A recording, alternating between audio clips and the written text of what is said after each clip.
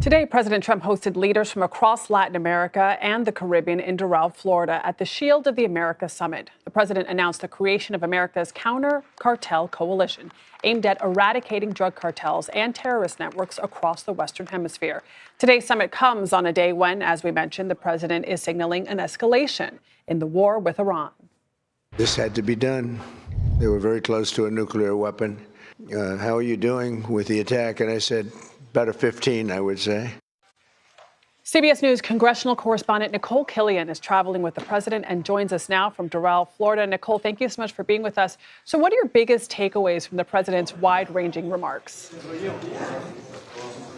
Well, obviously, the president started with the news of day, which is the situation in Iran. He again said that he believes that the operation is going very well. He talked about how much of Iran's military capabilities have been knocked out in terms of its army and its navy.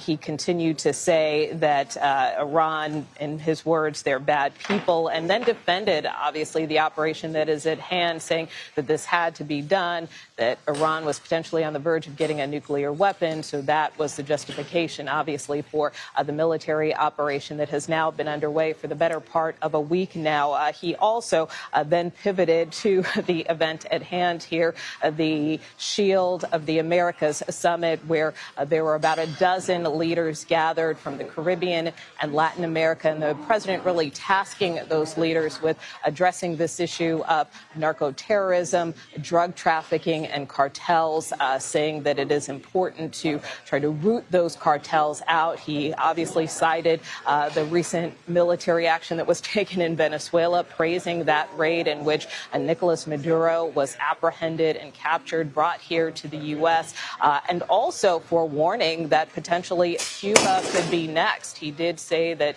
Cuba, in his words, is at the end of the line, that he has tasked Secretary Rubio with trying to potentially find a deal there. He also talked about even how some of these leaders have approached him about doing something about Cuba. So we didn't get a chance to press the president further on exactly what he meant by those comments. He did not take any questions from reporters on that or the situation in Iran, but he did conclude this event by signing a proclamation, in essence, standing up this coalition of nations around the issue of countering cartels. He was surrounded by all of these leaders from various countries, Argentina, Honduras, El Salvador, just to name a few. And of course, he has since now left the premises, now heading to attend a dignified transfer at Dover Air Base to honor the 6 service members who lost their lives nearly a week ago as a result of Operation Epic Fury. Adriana.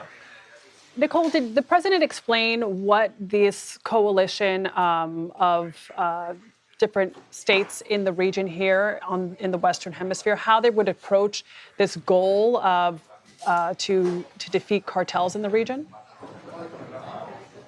Well, in essence, he said by force. He talked about the importance of using the military to do this, noting that, yes, you all may have these strong police forces, but that may not be sufficient. And also to call on the United States, if they know where some of these cartel leaders, drug leaders are, to try to root them out. So he, in essence said, call us if you need our help. So really relying mostly on military force as a way and mechanism to root out this cartel activity. But at the end of the day, this coalition is being stood up, this Shield of the Americas, if you will, really around democratic principles, around principles of freedom and security, and also this issue of countering narco-terrorism. And Nikole, as you said, the president started with the issue that really is top of mind for everyone, this war in Iran. He said on a scale of 0 to 10, he would give the U.S. effort there a 15.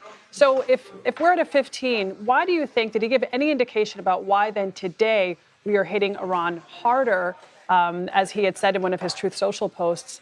And did he give any indication, was there any discussion about the next phase of the war? Could we see American troops in Iran on the ground?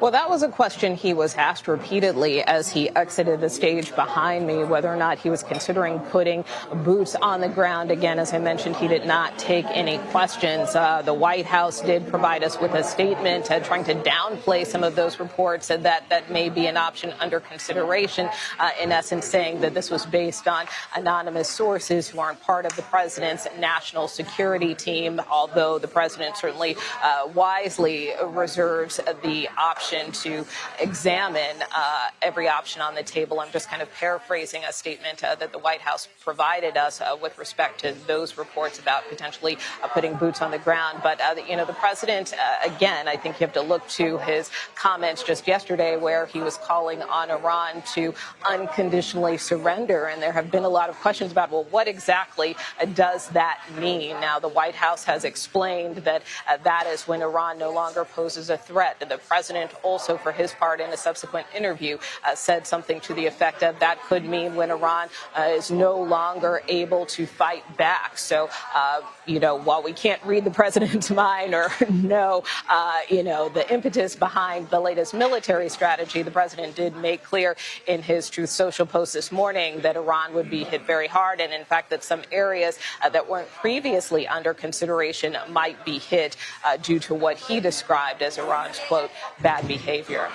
All right, Nikole Killion with all the latest on the president's latest remarks from Doral, Florida. Thank you so much.